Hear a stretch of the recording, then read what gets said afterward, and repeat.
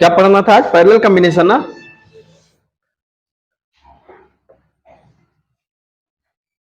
Parallel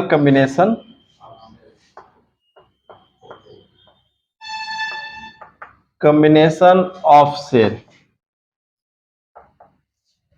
ठीक है, maximum current find करने के लिए यूज किया जाता है। जैसे मान लो दो हम सेल लेते हैं, दो सेलों को एक पॉइंट पे,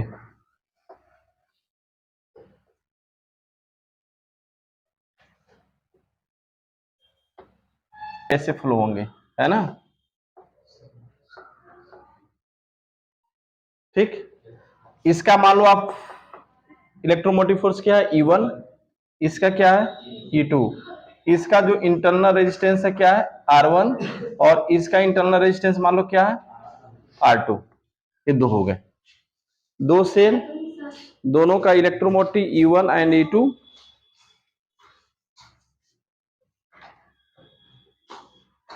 इन दोनों का देखो यहां पर इसका पोटेंशियल मान लो B1 है इन पॉइंट, और इसका क्या है B2। लेकिन एक चीज ध्यान दो, जब पैरेलल आप रेजिस्टेंस में भी देखे होंगे तो जो पैरेलल कॉम्बिनेशन होता है उसका पोटेंशियल डिफरेंस क्या होता है, सेम होता है। ये भले ही दोनों सेल अलग अलग पोटेंशियल के हों, लेकिन जब दोनों पॉइंट इंड पॉइंट जब एक जगह ऐड होते हैं तो उनकी पोटेंशियल डिफरेंस क्या हो जाता है, सेम हो जाता है। अगर मान लो कि ये करंट इससे I1 आ रहा है और इससे I2, तो करंट तो अलग अलग होंगे क्योंकि यहाँ दो पार्ट में डिवाइड होगा, लेकिन पोटेंशियल क्या होगा, सेम होगा। पोटेंशियल सेम होगा और करंट अलग अलग होगा। तो मान लो कि अगर पहले सेल का पोटेंशियल भी है, इसका भी है, करंट इससे I1 है, इसका I2 है, इसका E1 है, और इसका इलेक्ट्रोमोटिव फोर्स E2 है, R1 और R2 है, तो इसमें अगर आप पढ़े हो क्या V इक्वल टू, ठीक है। तो अब देखो इन दोनों के बीच का जो पोटेंशियल डिफरेंस होगा क्या होगा, V इक्वल टू, आप लिख सकते हो क्या V1 माइनस B2, या V इक्वल टू क्या लिखोगे E1 minus I1 into R1, इसके लिए पहले के लिए, या I1 इक्वल टू क्या लिखोगे आप बताओ। इसको इधर लाओ, इसको इधर ले जाओ तो क्या लिखोगे E1 minus V upon R1, यानी पहले सेल में जो I1 करंट फ्लो हुआ उसकी वैल्यू क्या हो गई E1 minus V upon R1। Clear. अगर मान लो इसी तरीके से दूसरे का भी अगर देखो तो पोटेंशियल डिफरेंस क्या होगा, वही होगा आपका, इसका भी पोटेंशियल डिफरेंस क्या होगा B1 माइनस B2 ही होगा, क्योंकि दोनों का एंड पॉइंट सेम है। तो इसलिए V इक्वल टू इसका भी क्या लिखोगे E1 माइनस E2 हो जाएगा ना, E2 minus I2 into R2, या I2 इक्वल टू डायरेक्ट लिख दे रहा हूं क्या हो गया E2 minus V upon R2, ये क्या निकल गया I2 second current. Potential same, इसलिए इस इन पॉइंट पर टोटल करंट क्या होगा बताओ, I equal to I1 plus I2 हो जाएगा ना, या I इक्वल टू I1 की जगह क्या रखोगे E1 minus V upon R1 plus E2 minus V upon R2, या इसी को क्या लिख सकते हैं I equal to E1 upon R1 V upon R1 plus E2 upon R2 minus V upon R2। अब E1 और E2 को क्या करो एक साथ ले लेते हैं, I इक्वल टू इसको लिख सकते हैं E1 upon R1 plus E2 upon R2 minus V common ले लो और यहां क्या लिख दो R1 प्लस 1 अपान R2। ठीक है, इसको अब आप इधर लाओ, ठीक है, I को इधर लाइए तो क्या मिलेगा, और यहां क्या लिख सकते हैं, चलो इसको भी हम अगर एलसीएम ले लो तो क्या लिख दोगे R2 plus R1 upon R1 R2 equal to E1 R2 plus E2 R1 up R2 होगा ना माइनस I। अब यहाँ पे V इक्वल टू क्या करोगे, क्योंकि हमको लाना है क्या इस फॉर्म में, तभी हम कंपेयर कर पाएंगे। तो V इक्वल टू जब इसको इधर लाओगे तो क्या मिलेगा बताओ E1 R2 plus E2 R1 अपान, अब इसको इधर लाओगे डिवाइड होगा तो ये एक क्या हो जाएगा कैंसिल, बचेगा क्या R2 plus R1 minus I, और यहां पर ये तो पूरा बच जाएगा R1 R2 अपान R1 प्लस R2। बोलो यही होगा कि नहीं? ट्रांसफर करने के बाद ये आएगा, इसको जब इधर लाओगे तो डिवाइड यहां हो जाएगा, ये ऊपर चला जाएगा तो दोनों से डिवाइड होगा। इससे डिवाइड करोगे तो R1 से R2 cancel, R1 plus R2 नीचे बच जाएगा। ठीक है, ये भी इक्वल टू ये हो गया। इसको अब क्या लिख सकते हो, इस वाले को भी इक्वल टू, इसको लिख सकते हो E1 अपान 1 अपान, अगर मान लो इन सभी सेलों का जितने भी ऐड किए हो ना, देखो E1 E2 E3 जितने भी है, तो अगर इन सब पोटेंशियल डिफरेंस तो सेम ही होगा, चाहे जितना भी आप सेल ऐड करोगे तो सेल क्या होंगे, पोटेंशियल डिफरेंस तो सेम होगा। लेकिन E1 E2 E3 सबको अगर ऐड करते हो तो मान लो इक्विवेलेंट सेल का ईएमएफ क्या हो गया, E equivalent minus I into R equivalent. इससे अगर इसका कंपेयर करो तो R इक्विवेलेंट की जगह क्या आ रहा है, ये आ रहा है यानी 1 अपान R1 प्लस 1 अपान R2, ये आ गया। E इक्विवेलेंट की जगह क्या आ रहा है, E इक्विवेलेंट की जगह आ रहा है तुम्हारा E1 R2 plus E1 E2 R1 upon R2 plus R1, ये दोनों आ गया। तो ये तो कंफर्म है कि R को अगर ऐड करना है आपको, यानी इसमें अगर टोटल रेजिस्टेंस हमको निकालना है तो 1 अपान R1 प्लस 1 अपान R2 plus dot dot dot हो जाएगा। लेकिन E equivalent E1 R2 plus E2 R1 upon R2 plus R1 की, इसको क्या लिख सकते हो, एक चीज आप क्या लिखे हो, E equivalent equal to E1 R2 plus E1 R1 upon R2 plus R1, क्यों मिस्टेक, और A R equivalent equal to क्या हो जाएगा, R1 R2 अपान R1 प्लस R2, ये दो है ना। फिर अगर इन दोनों को आपस में डिवाइड कर दो तो क्या मिलेगा, कर दोगे तो ये सिंपल सा आपका फार्मूला मिल जाएगा, E1 upon R1 plus E2 upon R2 plus जो भी है डॉट डॉट, इसमें जो आएगा ये हो जाएगा। बाकी आर इक्विवेलेंट के लिए लिख ही लिए हो।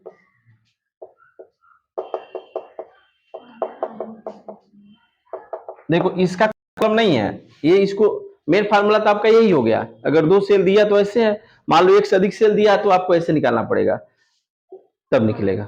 ठीक है, बाकी दो सेल दिया तो मेन फार्मूला आपका यही हो गया। देखो ये हो गया, समझ पाए ये किसके लिए था, जब E1 E2 अलग अलग दिया हो। अगर सेम दिया हो तो वो तो आसान है, कर लोगे तुम लोग, आसान वाला ना, आसान वाला कर ही लोगे यार, उसमें क्या दिक्कत है। जैसे मान लो, जैसे तुम जो डायरेक्ट लिखे हो फार्मूला वही सिर्फ किया है। जैसे देखो ये आपका क्या हो गया, एक सेल, ये क्या हो गया दूसरा सेल, डॉट डॉट कितने जुड़े हैं, मान लो n सेल, ई सबका क्या है, सब सेम है, कितने सेल हैं, n सेल, n सेल जुड़े हैं तो इनका टोटल ईएमएफ क्या होगा बताओ, total electromotive force n into E हो जाएगा। अगर इसका सबका इंटरनल रेजिस्टेंस क्या हो जाए, R1 R2 Rn हो जाए, तो इनका टोटल रेजिस्टेंस क्या हो जाएगा, रेजिस्टेंस क्या होगा n into are.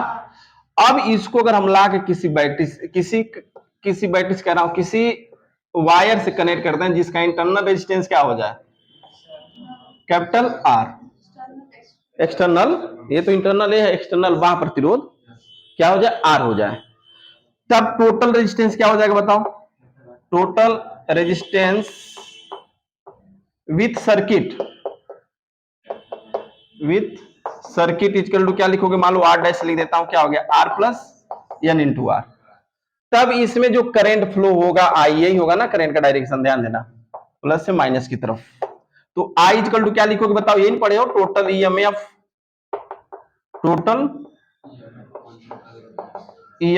Upon total resistance, यही है ना।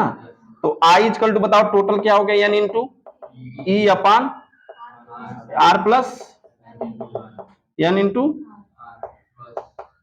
आर। दूसरा क्या प्लस करोगे अब,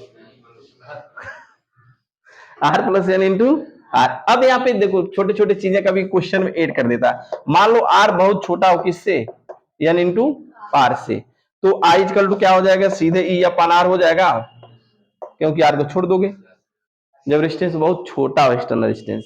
और सेकेंड, अगर आर बहुत बड़ा हो जाए किससे, एन आर से, तो आई इक्वल टू क्या हो जाएगा बताओ, एन ई अपान, समझे, नोट कर लो।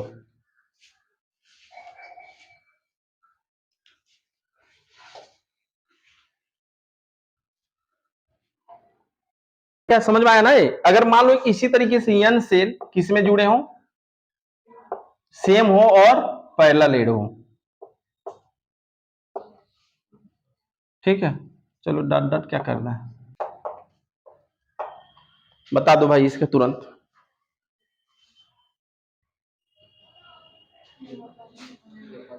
सबका सेल का ईएमएफ ई होगा, क्योंकि सब कहां जुड़ा है, एक ही जगह जुड़ा है। तो टोटल ईएमएफ क्या होगा इसका, टोटल ईएमएफ इक्वल टू ई। क्यों, क्योंकि देखो सबका बैटरी कनेक्ट आके एक ही जगह ऐड हो रहा है ना, तो जितना भी ईएमएफ होगा सब आके ई यहाँ पे भी होगा, ई यहाँ भी होगा, तो टोटल ईएमएफ तो ई होगा। लेकिन टोटल रेजिस्टेंस कितना होगा, टोटल रेजिस्टेंस बताओ, टोटल रेजिस्टेंस क्या होगा बताओ, R dash equal to R तो रहेगा ही, आर प्लस आर प्लस इसकी वैल्यू क्या हो जाएगी बताओ, 1/R1 plus 1/R2 plus 1/R3 dot dot M upon R. कितने रो है, एम अपान आर, तो क्या हो जाएगा आर बाई एम। बोलो समझ में आ रहा है कैसे हुआ, R plus R by M. भाई ये इसके साथ तो सीरीज में कन्वर्ट हो गया। तो अब यहाँ पे टोटल आई इक्वल टू क्या लिखोगे, total EMF E upon R plus R by M, या आई इक्वल टू क्या लिख दोगे बताओ, M E upon M R plus R होगा क्या,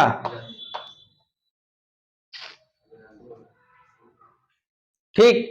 फिर यहां पे अगर मान लो आर बहुत छोटा है आर से, तो आई इक्वल टू क्या हो गया, ई अपान आर। अगर आर बहुत छोटा हो गया किससे, आर से, तो आई इक्वल टू क्या हो जाएगा, ई अपान कैपिटल आर, क्योंकि एम से एम कैंसिल हो जाएगा, ठीक है। तो ये आपका किस में हो गया, अरे भाई ये पैरेलल में ऐड करोगे ना, 1/R1 plus 1/R2 plus 1/R3 plus dot dot dot N upon R, तो कितना इसमें चूंकि एम सेल नहीं है तो एम अपन आर लिखोगे, इसलिए आर इक्वल टू क्या हो गया, आर बाई एम, रेसिप्रोकल हो जाएगा। अब बाकी इसके साथ सीरीज में कन्वर्ट है तो टोटल रेजिस्टेंस आपका ये हो जाएगा। अब बाकी आई इक्वल टू पढ़े टोटल ईएमएफ, टोटल ईएमएफ ही होगा अपन टोटल रेजिस्टेंस, ये फार्मूला मिल गया, ठीक। देख लो, नोट कर लो, पैरेलल भी होगा और सीरीज भी। मान लो कि अगर एक सेल ए हो गया, इसको पैरेलल ऐड करना, क्या करोगे, दूसरे पॉजिटिव को इसके नेगेटिव सेट करोगे। ऐसे मान लो कितने सेल जोड़ दिए, मान लो एन सेल सब में जोड़ दिए, कितना, एन सेल। फिर ये तो सीरीज में हो गया, अब एन से लेकर आप पैरेलल जोड़ते जा रहे हो,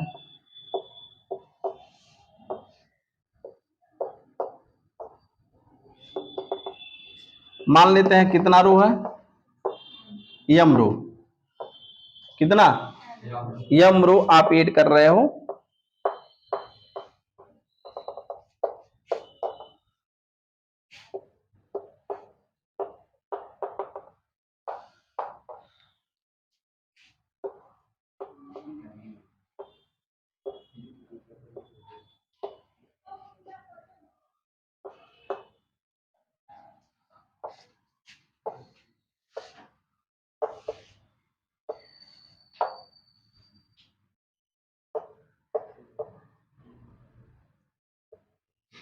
ठीक है। अब इसको लाके किसी सर्किट से आप जिसका एक्सटर्नल रेजिस्टेंस आर है उससे ऐड कर दिए। देखो ये एन सेल है, इसका ई कितना है, ई है। तो अगर ये बताओ, अगर एक रो का, ये समझ में आ रहे हो ना, देखो ऐड हो गया है टोटल आपका, ठीक है, आई इसमें फ्लो हो रहा है। तो आई इक्वल टू क्या चाहिए, total EMF upon total resistance. सबका रेजिस्टेंस क्या है, मान लो आर आर है, क्या है, आर आर ले लो, सबका रेजिस्टेंस आर आर है, और ईएमएफ क्या है, ई। अलग अलग अभी पढ़ने के लिए इस तरह का, अभी जब किरचॉफ लॉ पढ़ लोगे तब पढ़ेंगे, ठीक है। लेकिन इसमें क्या है, ये सेम है, आर आर है और ई है। तो अब यहाँ पे बताओ, अगर एक का अगर आप इसमें सेल निकालो टोटल, तो सेल कितना होगा या नहीं, इसमें भी कितना होगा या नहीं, इसमें भी, और पैरेलल भी ऐड करोगे तो भी टोटल या नहीं आएगा, यानी total resistance, total EMF, total EMF क्या हो गया, यानी इंटू ई होगा, क्योंकि दोनों एक जगह ऐड हो गया, ठीक है। अगर इसका सीरीज में अगर रेजिस्टेंस निकालते हो, चलो हम लिखते हैं आर सीरीज, आर एस ले लेते हैं, आर सीरीज में, तो क्या होगा बताओ, N R equal to N R, समझ में आ, मान लो एक रोज का हो गया, दूसरे रो का भी क्या होगा एन आर, तीसरे रो का भी क्या होगा, जब अब सबका टोटल इक्विवेलेंट रेजिस्टेंस निकालोगे तो आर इक्वल टू क्या लिखोगे, 1 N R plus 1 N R dot dot M upon N R, या आर इक्वल टू क्या निकल गया, एन आर अपॉन एम, ये टोटल रेजिस्टेंस निकला इसका, समझे। अब आपका इसमें क्या करो, ऐड कर दीजिए, आर डैश इक्वल टू क्या हो जाएगा बताओ, N R upon M plus R, बाकी आई इक्वल टू क्या होता है बताओ, total EMF N into E upon R plus N R upon M, या इसको क्या लिख सकते हो बताओ, M N E upon M R plus N R, ठीक है। और मैक्सिमम करंट के लिए अभी अलग कर दिया जाएगा, ये हो जाएगा ना, लिखो आप, बहुत बड़ा बना दिए पूरा बूढ़े वर्ग का। मैक्सिमम करंट कब होगा, जब EMR प्लस NR का मान मिनिमम हो, भाई ये नीचे वाला जितना मिनिमम होगा उतना ही मैक्सिमम होगा, तो इसको आप क्या लिख सकते हो, कब मिनिमम होगा, ये क्वेश्चन ऑब्जेक्टिव क्वेश्चन में भी, बोर्ड में भी दिया है और कई सारे एग्जामों में पूछा है। तो इसको क्या करोगे आप, देखो इसको हम लिख सकते हैं, M R plus N R की वैल्यू क्या होना चाहिए, मिनिमम, लगभग 0 के बराबर रखो। इसको हम क्या लिख सकते हैं बताओ, अंडर रूट एम आर का स्क्वायर कर दो तो यही आएगा, plus under root N R की स्क्वायर कर दो तो भी यही आएगा।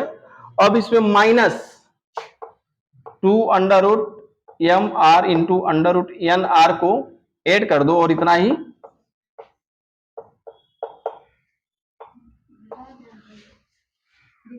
ठीक है। तो नहीं दिख रहा है, नहीं दिख रहा था भाई, यहां से लिखना शुरू कर देंगे मिटा के, ठीक है। ए हो गया आपका, इस रूम में लिख सकते हो ना भाई, इतना ऐड कर दो और इतना ही माइनस कर दो। अब यहाँ पे देखो एक चीज, ये पूरा तुम्हारा एक परफेक्ट स्क्वायर हो गया, क्या हो गया, एक परफेक्ट स्क्वायर हो गया, और इसको जब हम ट्रांसफर करोगे ना तो जब भी आएगा निगेटिव आएगा, और परफेक्ट स्क्वायर कभी निगेटिव नहीं होता है, पता ही नहीं, परफेक्ट स्क्वायर कभी निगेटिव नहीं होता है, तो इसलिए ये क्या हो गया, खत्म। तो इसको क्या लिख सकते हो, under root M R minus under root N R का स्क्वायर इक्वल टू क्या होना चाहिए, पूरी वैल्यू 0, यानी इसकी पूरी वैल्यू 0 कर दोगे, यानी ये तो ये हो जाएगा, या under root M R equal to under root N R, root से root cancel, M R equal to N R, या आर इक्वल टू बताओ क्या हो जाएगा, N R upon M, statement के भी रूप में दे देता है। टोटल रेजिस्टेंस, एक एन आर अपॉन एम क्या वैल्यू है मालूम है, टोटल रेजिस्टेंस है, टोटल इंटरनल रेजिस्टेंस निकाले हो ना, देखो इसका मतलब है कि external resistance equal to external resistance equal to क्या हो जाए, टोटल इंटरनल रेजिस्टेंस, हाँ इंटरनल रेजिस्टेंस अगर हो जाए तो करंट क्या होगा, मैक्सिमम, ठीक है। R equal to N R upon M अगर कर दिए तो मैक्सिमम हो गया। अब यहाँ पे एक चीज ध्यान दो, एक बार समरी के तौर पर रिवाइज कर लो, पहला फार्मूला क्या पढ़े हो, जब सेम रूप से होगा तो आई इक्वल टू क्या होगा, N E upon R plus N R, बोलो सिंपल सा। दूसरा क्या पढ़े हो, I equal to M N E upon M R plus N R. ये किसके लिए है? ये तो मिक्स के लिए हो गया, ये मिक्स के लिए हो गया। पैरेलल के लिए बताओ कितना हो गया? या नहीं है ना, R plus R by N, तो ये हो गया N capital R plus total है एन बाई आर। क्या था तुम्हारा? R by N. अच्छा, ये आई इक्वल टू, तो I equal to N E upon N R होगा, आर प्लस आर। ठीक है, तो ये इतना आप फार्मूला इससे कॉम्बिनेशन से हो गया, जब सेल सेम रहेगा तब।